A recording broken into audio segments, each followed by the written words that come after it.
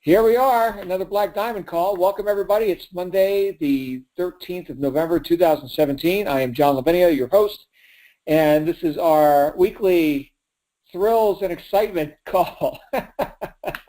Yes, we have fun each week on this call, and this week will be no different. But I do have a quick announcement, although I think many of you have already seen it in your email inbox, and if not, make sure you register for tomorrow night's special broadcast at the same time. So exactly 24 hours from right now, we're going to be having a special broadcast company-wide with Michael Force and Sarah, who is going to be joining us from somewhere on planet Earth. And so that's going to be exciting, and they're going to be covering some really cool stuff. That's not going to be here on our usual free conference call platform. That's going to be something you actually have to register for. So join Michael Force, Sarah Gallo, and whoever else is going to be co-hosting that. It may just be the two of them. And that is tomorrow, being Tuesday the 14th at 9 p.m. Eastern U.S. time. But right now, it is Monday at 9 p.m. Eastern U.S. time, so it is time for the Black Diamond call. And this call is a little bit different than like our wake-up calls and some of the other stuff we do here, in the way that nothing is really pre-planned or pre-scripted. In fact, I came up with a topic for what we're going to be covering here tonight just a few minutes ago.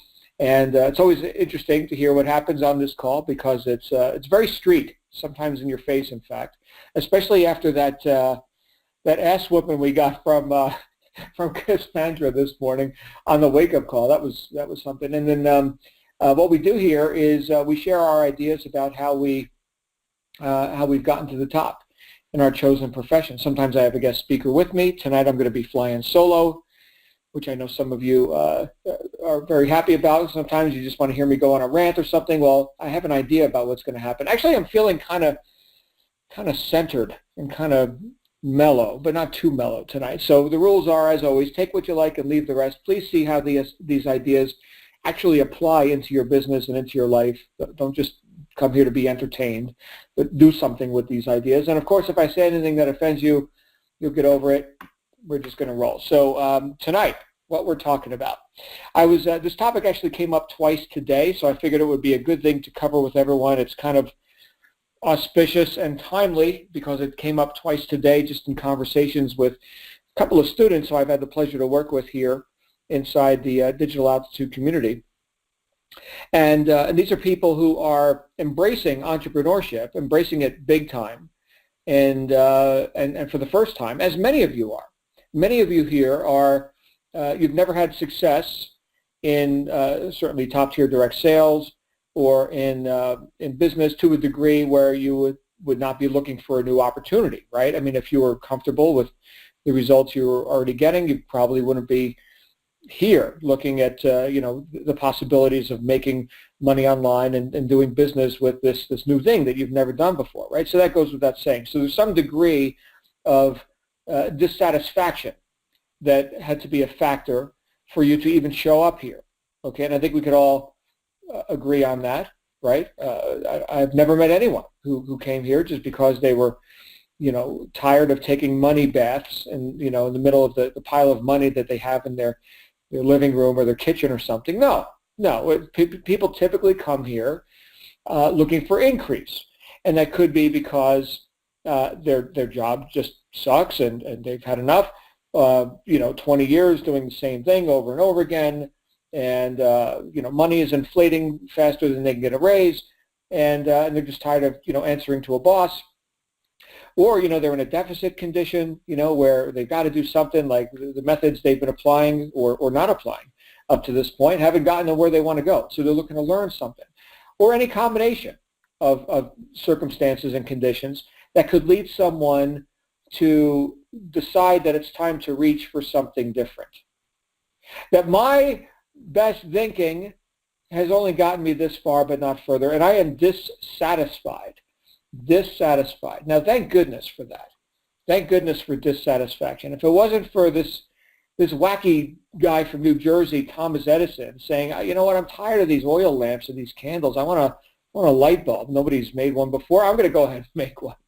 Okay, I've got this idea. You see, I've got this idea of a light bulb. I'm going to make it. Thanks, Tom. Now we all got light bulbs, and I didn't have to light candles to talk on the internet and see what I'm doing here tonight. Obviously, the internet came much later. But you get the point, right? Dissatisfaction.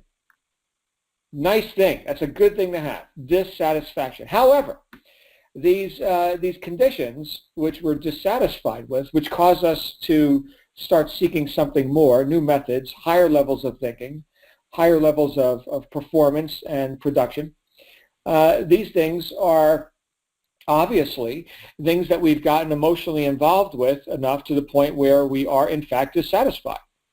Stick with me on this. I'm gonna make a point here in a minute.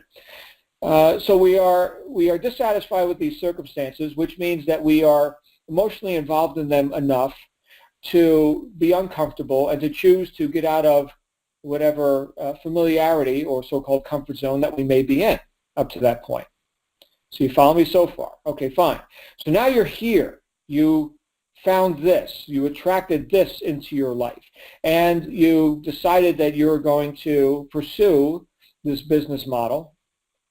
And along with everything that comes with it, the product line, the affiliate program, we've got this community here. You're on this call right now, or you're listening to the podcast after right now, and you're participating to whatever degree. And one of the calls you get on was this wake-up call this morning with this person, Cassandra, who's talking about not being a victim and being a bit more proactive and industrious. Industrious, yes, industry. This was one of the virtues that the great Benjamin Franklin enumerated. Right, Benjamin Franklin's virtues, right, being industrious. In fact, you can look this up. You can find it on Google or Bing or Yahoo or DuckDuckGo, which is my search engine of choice, DuckDuckGo. But a lot of you haven't heard of that. Anyway, Google's not the gospel. Okay, DuckDuckGo works just fine, and they don't track all your details. In case anybody values privacy anymore. But the thing is, Ben Franklin, here's a guy who, despite the fact that he had assistants that he could call upon to do some of the manual labor that he was doing, he ran the first free press in the United States, right, out of Philadelphia. He actually started as a plumbing apprentice up in Boston. He was under his older brother, if I recall. He was going to be a workman in that other trade, but he went to Philadelphia and decided to start a free press. And Franklin, in his case, being industrious, right, he would wheel his supplies cart through the streets of Philadelphia, despite the fact that he could have any of his apprentices or servants or whatever doing that for him. He wanted people to see him doing the work. Okay, this was one of the things that he made a demonstration of, is that he is active and doing stuff. And so that's industry, right? That's being industrious. So why did I mention that? Well, in contrast, there is, I suppose, what we could call entitlement or irresponsibility, or as Cassandra was talking about. Boy, she was fired up this morning, so it's still on my brain a little bit. Victimhood, right? And essentially what we're talking about when we get into this dichotomy is the difference between being causative versus being the effect itself. Okay, so these circumstances, here's where we're going with this. These circumstances which you're dissatisfied with, which caused you to reach for something else, which caused you to find this, right? These circumstances are not congenial, okay, but nonetheless, they are the effects of the decisions that we've made in the past. Okay. And those decisions that we made in the past caused these effects to now be in our lives. Okay? But the effect is not the cause unless we become emotionally involved with it and allow it to be cause, and therefore relegate ourselves to the effect bin. I know I've talked about this a few times on this call in different ways, but I'm going to be giving it to you in a different way tonight. Because sometimes I tell you for myself, sometimes I need to hear things 1,000 times from 1,000 different people in 1,000 different ways, and then finally I got it. Maybe I'm just thick-headed Italian guy from New Jersey, whatever, but hey, after studying philosophy for 30 years, I've been able to put some of it to use. And And I'd like for you to be able to put some of it to use as well. So, so we're dissatisfied with these effects, and to whatever degree we've gotten emotionally involved in them, it's caused us to at least get off our butts and see if there was something better that we could do with our time. Now, the point is not that we have become dissatisfied, but that we are willing to do something about it. Yes, that we are reassigning cause to ourselves. Now I shall be effective. Yes, now I shall create new effects based on where I am going and where I want to go and where I intend and plan and expect to go. And I am now going to get emotionally involved in that while still in the midst of displeasing or uncongenial circumstances, effects, appearances as they are. Yes, the fact that we have made a transition from silent capitulation to current circumstances. We've transitioned out of that into now we're going to do something about it. Yes, that is very admirable, but that is just the first step. That's it. That's just the first step. Actually, I could say that's the second step. The first step would be recognizing that something was unsatisfactory, right? So you can't solve a problem unless you recognize there is a problem. You must first be able to confront what is. And a lot of people don't, by the way. A lot of people want to deal with some imaginary world, some fantasy land. And they're terribly ineffective people. These are the victims. I think that at least one form of the victims that Cassandra was describing this morning. Okay, so these people live in a fantasy world. Okay, they can't have an effect because they are the effect, and they can't even see what is around them. This is very widespread, by the way. Okay, so I know that right now, just the fact that I'm having this conversation with you and you're listening, I'm talking to an elite group. Thank you for being here. Okay, so not only have you recognized that, hey, guess what? I'm dissatisfied with current circumstances and conditions. Okay, very nice. And then you said, oh, well, let me do something about it. And you looked and you found, right? Seek and you shall find. Well, you found. Okay, that's cool. So now you're here on step 2, but there's more to be done. To state the obvious, there's more to be done, because now to bring our intentions to fruition, we must take action, right? We must learn some new things. I've covered this before on these calls that, if you want more control in your life, you must accept more responsibility for that control, and therefore you must learn the actions that are congruent with the acceptance of that responsibility. You see, these things all go together. If you already knew how to make $50,000 a month, you'd already be making $50,000 a month. You don't know how to do that. Therefore, you have not been able to accept responsibility for that amount of money, nor have you had control of that amount of money. You see how these things go hand in hand. Okay, great. So what is the work then? What is the responsibility that we must accept for ourselves and thereby enjoy the freedom, the control, the causation in our lives that we came here for?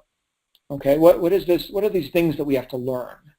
And a lot of times our focus goes on to the how-to stuff, which is very nice, right? Very nice. Of course, it's a wild variable as well. So how do you generate leads? Well, who are you asking? Right? It's a different answer for every person. And you're going to learn, let's say you're a brand new member here, and you're like, well, I came here to learn how to market and generate lots of leads and make sales. Yes, absolutely. You're going to learn all that. By what methods? Oh, my goodness. Strap on your seatbelt, because you're going to learn a ton of different methods, and you're going to hone out from all that the ways that you'd like to apply a specific method. No two people do Facebook, for example, exactly the same way. So that's fine, and that means that you can never really saturate a marketplace, right? There's endless variables. There's endless numbers of recipients. Actually, there is an end to it. I suppose if you signed up 7 billion people, you would have saturated the planet, but you'd be a multi-trillionaire. So don't count on that happening. But yeah, there's new people all the time coming into view and deciding for themselves, hey, my circumstances suck. Let me do something about it, right? So you have a fresh marketplace of people every single day. In fact, what is the statistic? Something like 20,000 babies are born every day, right? So you could market to one day's production of humans and it would take you years. So, and not all of them are awake, obviously, right? And there are people who will die broke at their job, unawares of any other possibilities, and that's it, right? They can't hear a word you say. And yes, of course, most marketing falls on deaf ears. But if all we're focusing on is the how-to methods, which we cover on Wednesday nights with our On the Rise webinars, and I think we're going to hear some stuff about that tomorrow night on that special broadcast, well, then we're looking amiss. Yes, that stuff is valid, the how-to stuff, that's important, but none of that matters if we're not solid with our purposes. If our purpose and our so-called why, if that does not precede the attention that we put on this how-to stuff, because as I've said many times, and I will say again, more important than what we do is who is doing it. Who is doing it? So what is this work? What's the real work? Okay, you want to do email marketing, you want to do search engine optimization, you want to do Facebook, you want to run solo ads. You don't want to do any of those things. You want to do tweets on Twitter, and you want to do Instagram posts, and you say, screw all that, I'm just going to do a YouTube channel. Okay, fine. Do whatever you want. But preceding all of that is the real work. Yes, the real work, that which allows you proactively to exit that sphere of victimhood and irresponsibility and effect and become cause yourself. And to illuminate this point, I am going to read from a book that was written over 100 years ago. This came out in 1910, and this is what came up for me twice today, which is why I had this flash of insight. Oh my goodness, I should quote this book tonight on the Black Diamond Call. So I will. It's a book called The Science of Getting Rich by Wallace D. Wattles. And of course, you can download a free copy of this. Just go to your favorite search engine and search The Science of Getting Rich by Wallace D. Wattles, W-A-T-T-L-E-S. And it's an interesting book. It's not a difficult book to read. Some of the English is a bit older because people had better educations, back in the early 1900s. But yeah, you can get through this book in one day, definitely. And Chapter 4, the first principle in the science of getting rich. He talks about, and by the way, this book refers to a philosophy which has been, talked about in many different ways, from Eastern thought, Western thought, religion, secular, etc. It's all, you can find it throughout many of the great writings. But he boils it down into what he calls a science, and in this chapter, the first principle in the science of getting rich, he's talking about thinking substance. In other words, the potential for there to be an effect, an observable reality, like you making the money, you getting the house, the car, the thing you want, you having that experience, that all of that is preceded by the thought of having that. Okay, so the thought, which is not something you can touch, okay, it's a higher form of energy, that is what precedes the manifestation of whatever it is you want, the reason that you're here, right? So you had to take thought in order to even show up here. And now you're going to have to take more thought in order to learn marketing and how to run a YouTube channel or something. But preceding that, we're going to have to take responsibility for our thinking in a more general sense. And so now I want to quote for you what he's talking about here in this chapter. Okay, so it says here, a man's way of doing things is the direct result of the way he thinks about things. To do things in a way you want to do them, you will have to acquire the ability to think the way you want to think. This is the first step toward getting rich. To think what you want to think is to think truth. And he says truth in all caps. Okay? To think what you want to think is to think truth, regardless of appearances. Every man has the natural and inherent power to think what he wants to think, but it requires far more effort to do so than it does to think the thoughts which are suggested by appearances. To think according to appearances is easy. To think truth, regardless of appearances, is laborious and requires the expenditure of more power than any other work man is called upon to perform. There is no labor from which most people shrink as they do from that of sustained and consecutive thought. It is the hardest work in the world. This is especially true when truth is contrary to appearances. Every appearance in the visible world tends to produce a corresponding form in the mind which observes it, and this can only be prevented by holding the thought of truth. Okay, so some of you have heard the saying, know the truth and the truth will set you free. The truth. Okay, so what is the truth? Well, if the effects that you're living in, the appearances, the circumstances that you are enjoying or not enjoying right now are the result of your best thinking up to this point, in other words, the past, right? Well, then you could see how you've, in fact, been quite effective. Yes, you've been very effective. Even if, let's say someone was a fifth generation welfare recipient on the dole, right? Well, yeah, certainly. Their primary and chronic state of thinking has caused that effect to happen. And it's been happening for generations. And it's very effective. I mean, look at all that lack and limitation. Look at all that poverty. I mean, there's no, think of it like this, like a computer, okay? And the computer, you can put in good software, bad software, you can do whatever you want. The computer doesn't have an opinion about it per se. It might crash the computer, it might be crap software, but it will produce an effect. The effect could be a crashed computer. The computer's not going to say, no, don't load that software. Hey, you Windows computer user, no, that's malware. All right, get that out of here. No, it's going to eat it right up. You served it up, it ate it up, right? Computer doesn't care, but you care. So here's where we have to be deliberate in our use of thought. Later in this book, he talks about the use of will. The use of will. And that the purpose of will, the mental faculty of will itself, the purpose of it is not to force yourself to, stop procrastinating or, some other like willpower. People talk about willpower. I need to go to the gym. No, that's not the use of will. Okay, the reason you have the mental faculty of will is so that you can choose the right thought. That's it. That's it. You choose the right thought. You do that often enough. You get emotionally involved with that thought, regardless of appearances, and then you show up at the gym.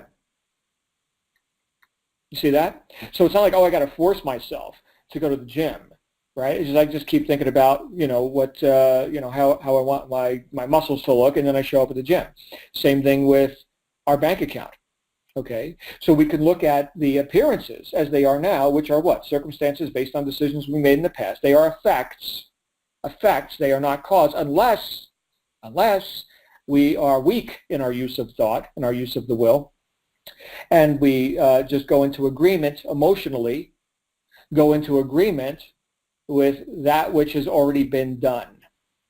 Now, I'm not saying we invalidate or deny or get like all new agey and woo-woo about this and say, oh no, the bank account is just an illusion, or my weak muscles are just an illusion, or my flabby body, or whatever the circumstance or situation is. It's not like we're denying that, as some modern self-help postmodernistic books will tell you that everything is relative.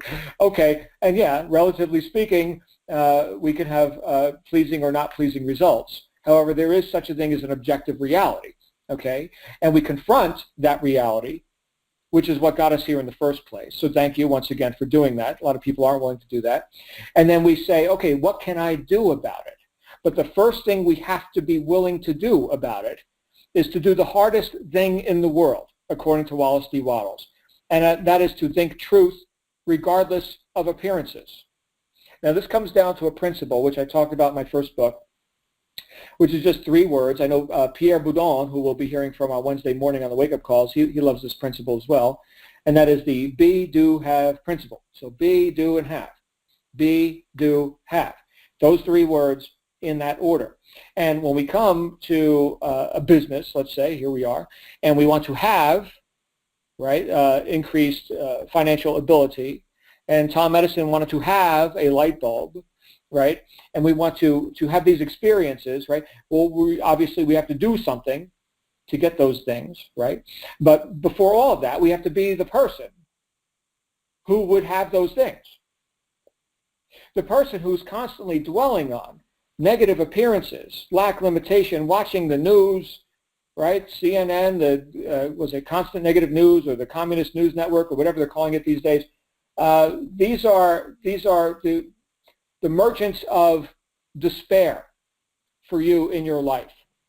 These are the people who will remind you incessantly about everything that's wrong and how you are in effect and there's nothing you can do about it. Think about this. You watch the news and you're hearing about the troubles of the world.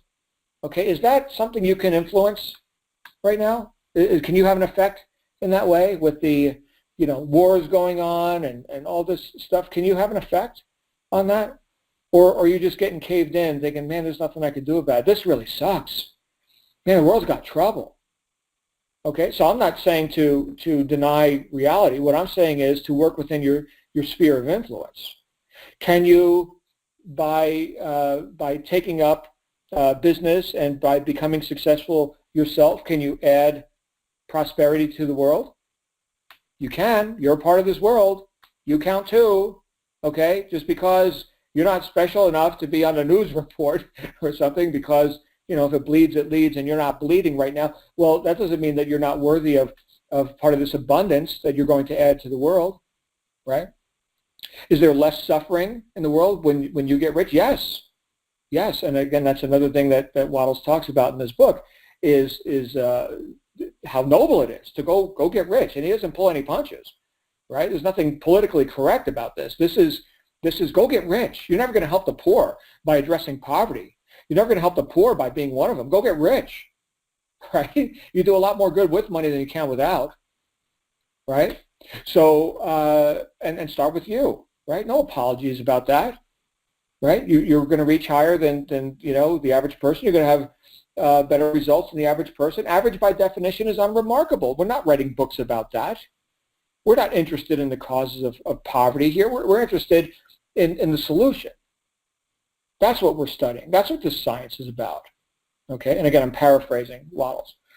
And so when you take thought and you do it consistently, regardless of appearances, and you get emotionally involved in the truth. What is the truth? Oh, glad you asked. What is this truth that will set you free? The truth is where you're going.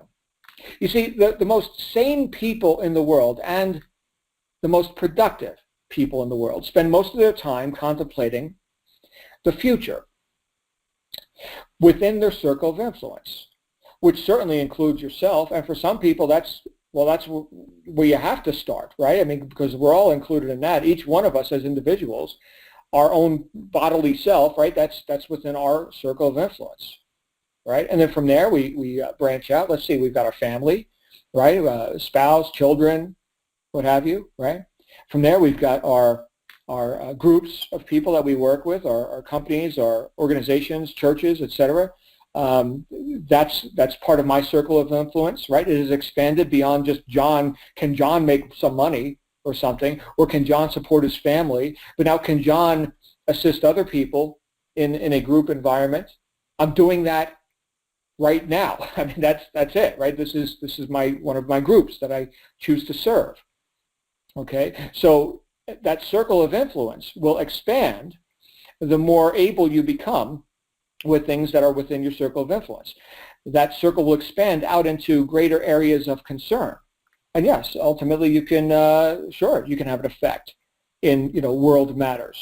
Sure you can, right? Every world leader was once a baby, an infant that needed a bottle and couldn't do nothing, right? But now, right, they're world leaders. Okay, so you can, and again, not to get political or whatever, I'm just going to let you know that a lot of those people haven't earned it just because of corruption and all this, but there are good people too. Okay, now of course all you're going to hear in like mass media and stuff is how much turmoil, how much problems, and if it bleeds, it leads, and everything's a problem. Everything's a problem. No news is good news. Okay, so you've got to be the purveyor of good news for yourself. Okay, so that's your responsibility.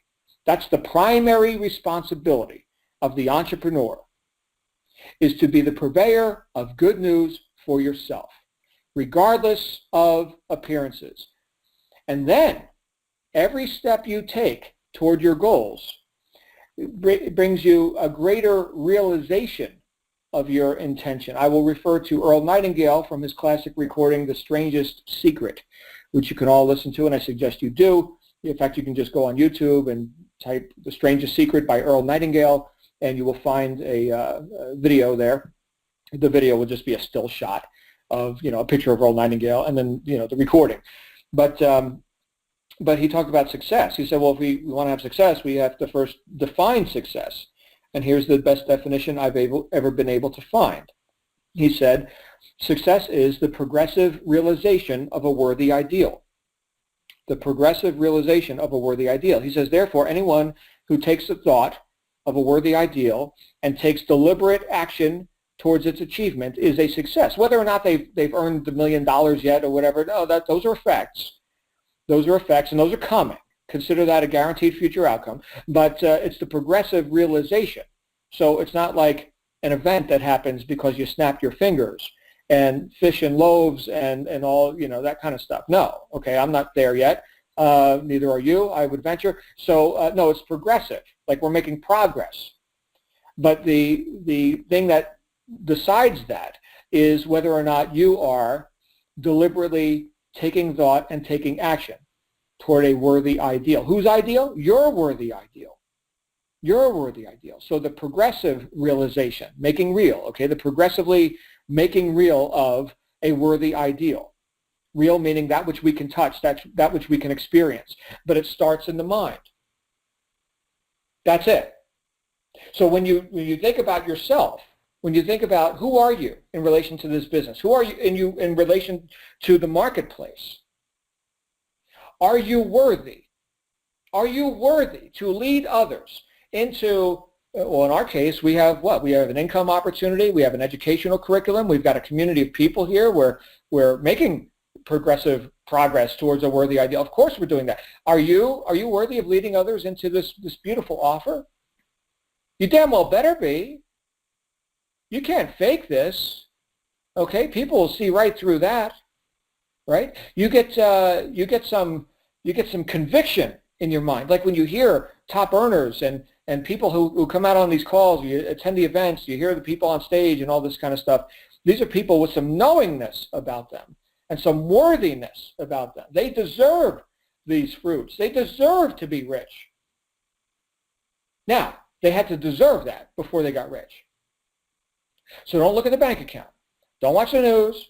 Don't listen to all the nonsense, okay? To think truth, regardless of appearances. That's what you want to do. That's why you've got the mental faculty of will. What is the truth for you? Well, it's whatever you say it is, right? Now, if you're lying to yourself, you'll know it, right? If you're lying to yourself and saying, well, I'm going to, grow wings and flap like a bird and leap tall buildings in a single bound, hey, you're full of it and you know you're full of it. I'm talking about being rational at the same time. You're not insane, okay? And who knows, maybe if you took up enough thought, maybe you would sprout wings. I don't know. I haven't meditated on that long enough. But probably not, right? There is the laws of physics too. So we're going to work with the law, right? We're not going to deny the law. Again, this isn't some new age woo-woo thing. We're going to work with, with the laws of physics, okay? But my goodness, do you see any examples? Do you see any examples that this works for anybody? Of course you do. My goodness, you can't go 15 friggin' seconds on Facebook without another person being congratulated by Michael for another Apex sale or, new Rise members. And I mean, it's nonstop. It's an avalanche going on over here. Avalanches of abundance. You guys realize Digital Altitude broke every record in the top tier direct sales industry in its first year in the marketplace. Think about that. Are you any less deserving of such spoils? I don't think so, but that's just what I think. What do you think? That's the real question. That's the real question, right? So where are you going? And if you've decided that for yourself, notice I said decided, not hoped, okay? If you've decided that for yourself, well, then you're thinking truth, regardless of appearances. I know tomorrow night we've got this special broadcast with Sarah Gallo. She had never made more than $20,000 a year before coming here in February of this year. And she just had her first like $70,000 month, right? So what's that about, right? Is she worthy? Yeah. Does she know it? Oh, yeah, she knows it. She wanted to do the work, yeah, but what's the real work?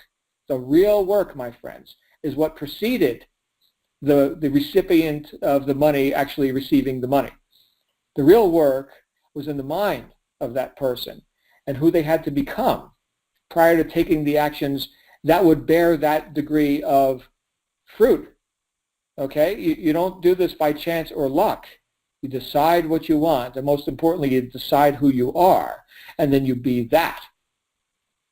Right? And you do that consistently enough to overcome the negative influences that surround you day and night. And hopefully you're not looking for them, right? It's kind of like carbohydrates. You don't even have to go out and say, oh, I think I need to get some carbohydrates in my diet. Like, nobody says that, except for like a pro bodybuilder who is so carb depleted that now they actually have to go seek out like 10 grams of carbs or something so their body doesn't shut down.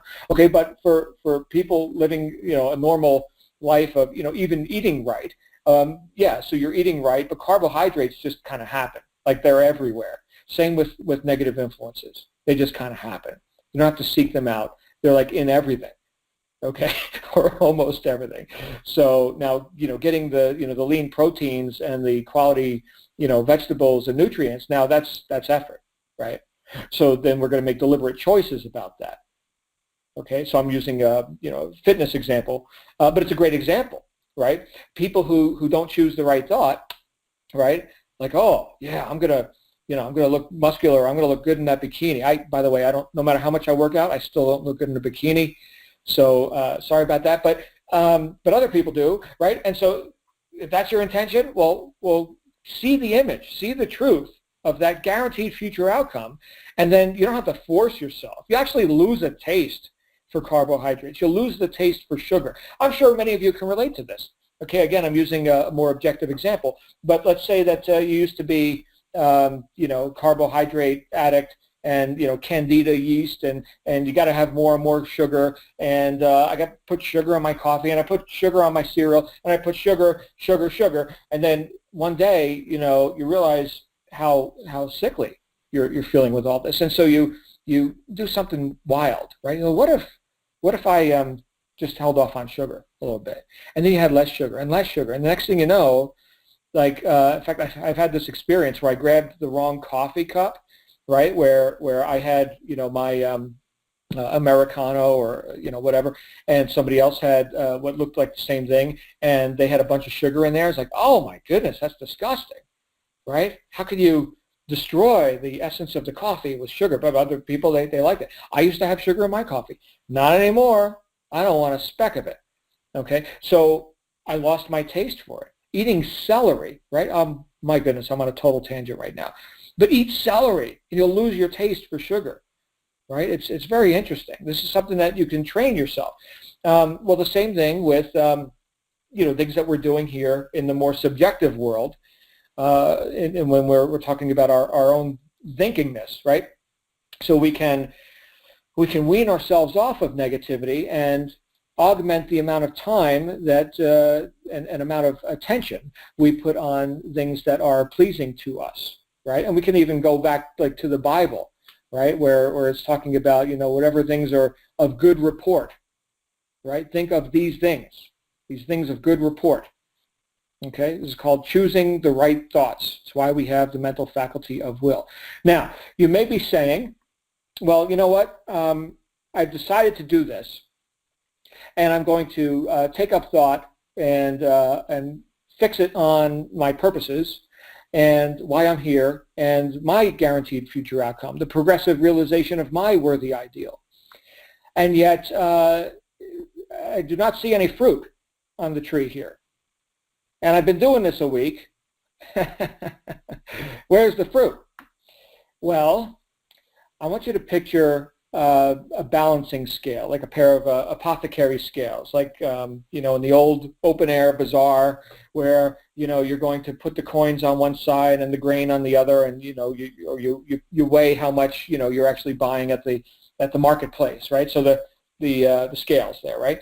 And so let's say that for years or decades, you've allowed yourself to be lazy and think about appearances and get emotionally involved with appearances and allow appearances to be the cause and for you to be the effect.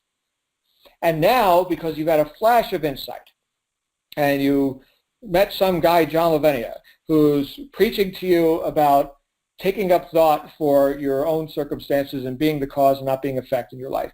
And now you're going to do it. You've made a triumphant effort, and it's been a week. And yes, you are now balancing the scales, like you are putting weight on the positive side of the scale, and whereas you've been putting weight on the negative side of the scale for years and years and years. Do you see the analogy in that? Do you see how maybe the negative side of the scale might be really friggin' heavy right now? Really heavy.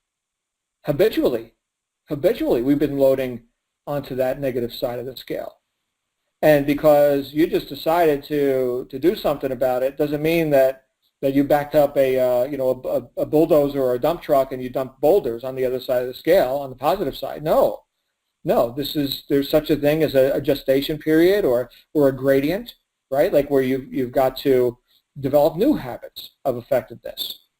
Okay, you've got to think truth regardless of appearances, which is laborious. Okay, yes, you're going to deliberately put weight onto the positive side of the scale, and it's going to start to get heavier. Okay, and then you'll start to see some results, and then it's going to get even heavier, and you'll see results even faster, and less resistance, and more certainty, and more momentum, right? And when you get to the point where you've got 51% of the weight on the positive side of the scale, and things are falling off the negative side of the scale, right?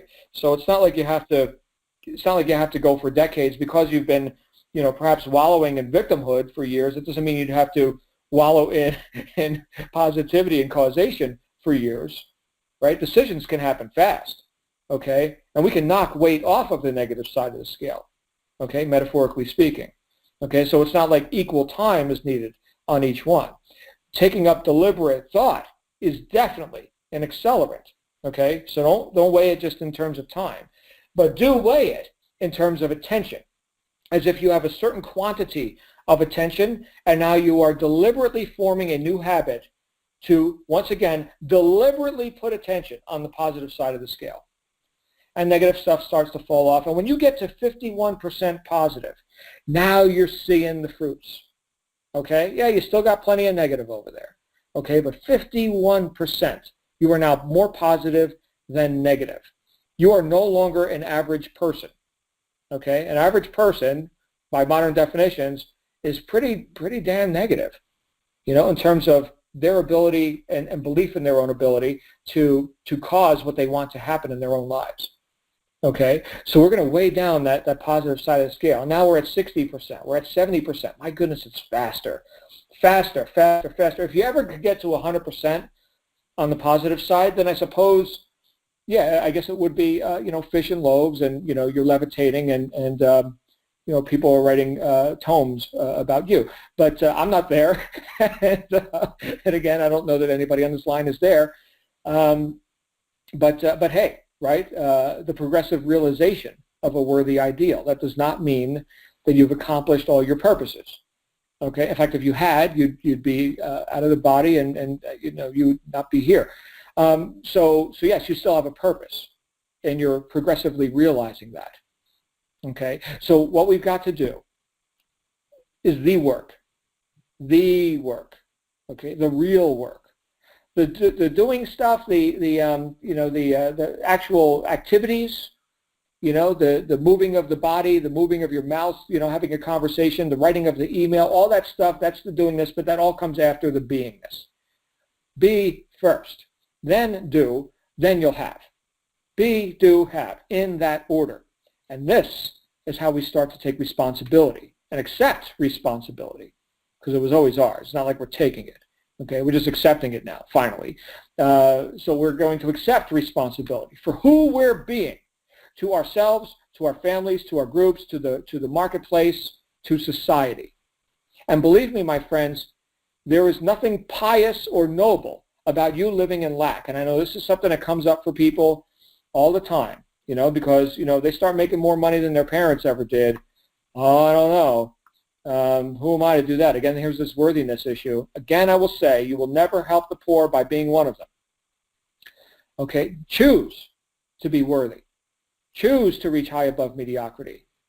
Okay? Choose to be remarkable and not average. And you know what? You'll do a lot more good in the world as that, because I don't think the world needs any more victims. Listening to Cassandra this morning, I was pretty convinced she has no use for victims in her life. And thank you for that message. She definitely woke us all up this morning. But you don't have any use for yourself as a victim in your life either. Nor does your family. Nor does this group. This group right here, which you're a part of. Are you an asset to this group? My goodness, I hope you are. I really, that's why I'm here, right? I'm here to assist in any way I can, helping people be an asset to themselves and to this group. Because you can't have a powerful group without powerful individuals. So be powerful. Please be powerful.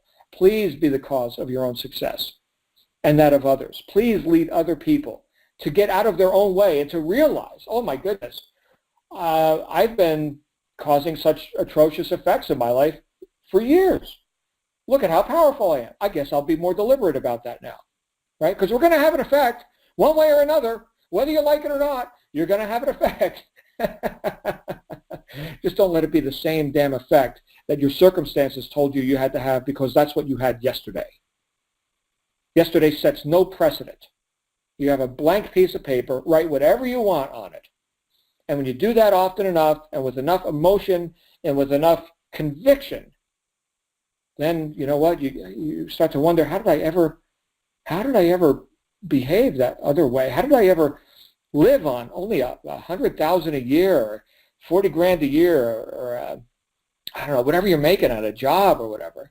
That's gas money for your fleet of cars now.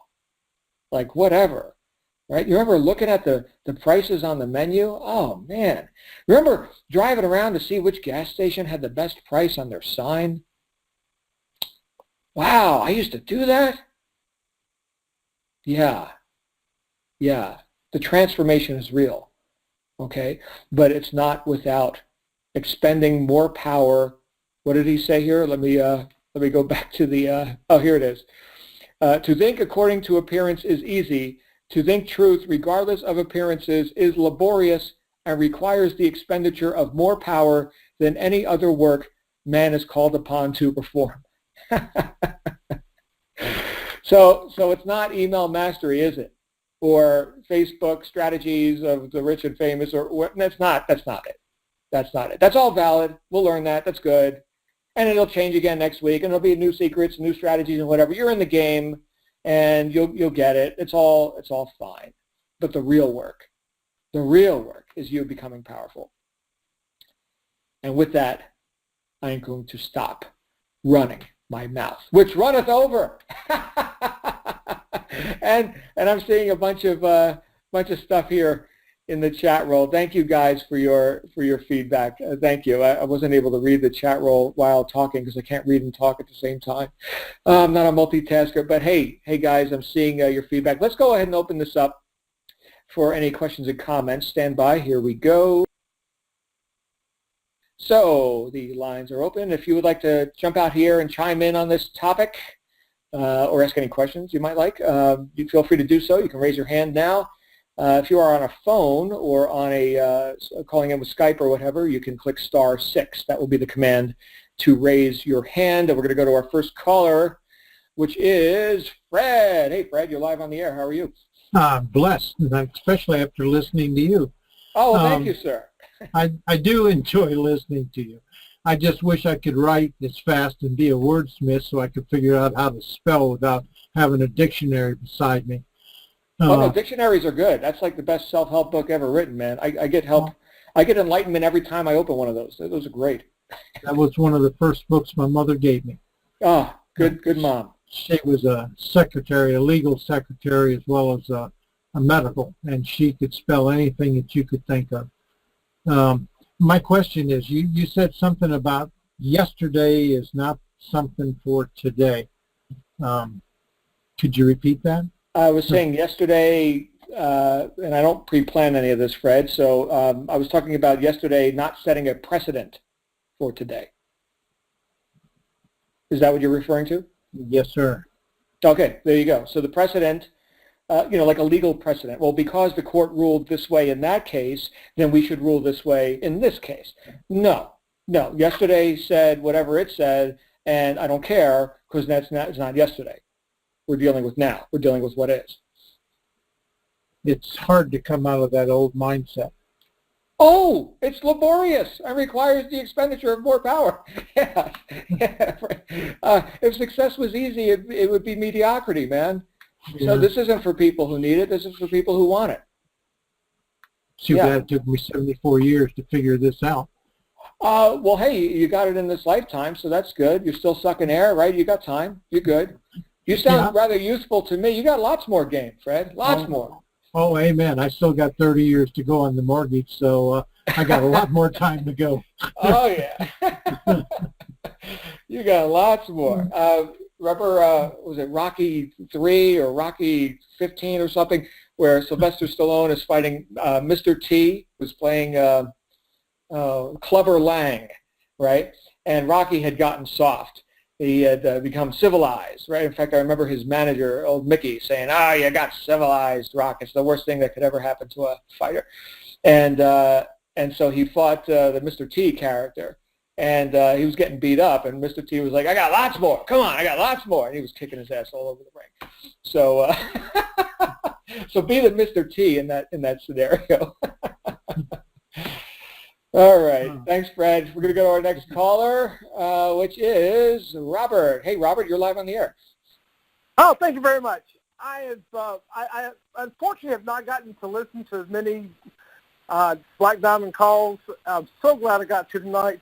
I feel like I just went to church after being gone for decades and my life is falling apart, and I go in, I hear a sermon that was, when you walk out, you say, that was made for me. Well, I will pass the offering basket now. No, seriously though, it's really what I needed to hear, and I'm brand new to this whole game. Seriously, I just officially got to be a peak member, so I hadn't got down. So I'm like a little ant trying to run across the football field. I'll get there eventually, but it's sure to be like an awful long way. But anyway, I enjoyed the call tonight. I was mesmerized, and I wish I could take notes as fast as you talk, but it actually sinks in faster than I could have written it down anyway. Oh, well, thank you for the kind words, Robert. Say again? Thank you for the kind words. I really appreciate you coming out here and giving that acknowledgement, because you know what? It's your ability to apply this stuff that really counts. So I wouldn't be too focused on the words as much as what you do with the message, you know. And great news, this is all recorded, and you can go listen to the podcast like 1,000 times if you want. But yeah, you're here, and you're in the game. And I'll tell you what, those ants grow legs, right? They sure do. And before you know it, you're like having a whole different experience. Like your whole reality has changed. You know, I went from broke and hopeful to a top earner, what many people would consider like practically overnight. But I had to be ready for that. I had to prepare my mind for that. I had to actually apply some of this philosophy, like what we're talking about here tonight. And when I finally found the business model, which is our business model, Top Tier Direct Sales, okay, this was a much earlier iteration of it many years ago.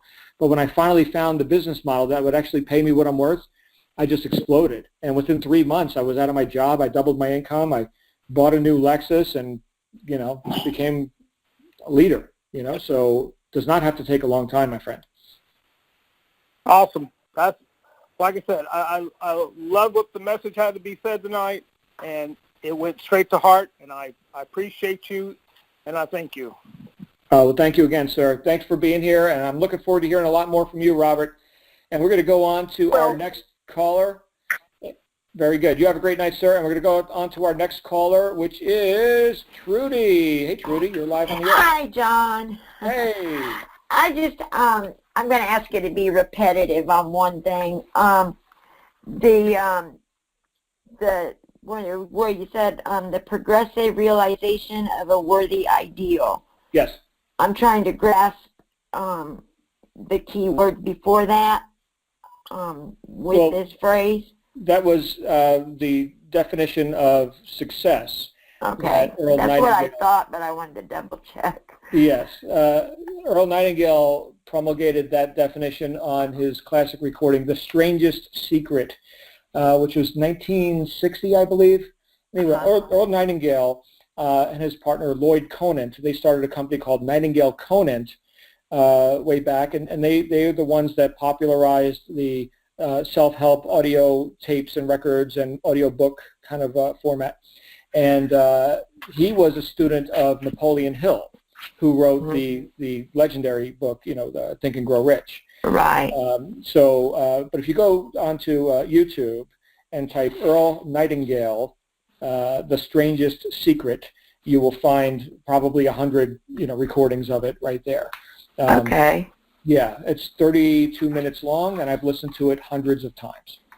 So, okay. Yeah, I like the phrase. It's pretty catchy, Oh, you mean the definition he gave? Yes. Yes. The progressive realization of a worthy ideal. Yeah, if we just look at those words, and then we realize that the moment we are taking deliberate thought and action, and in that moment we are a success. Whether or not we've made the money, of course we haven't made the money yet, right? We just became successful just minutes ago. But we'll never make the money if we don't first become successful. Right.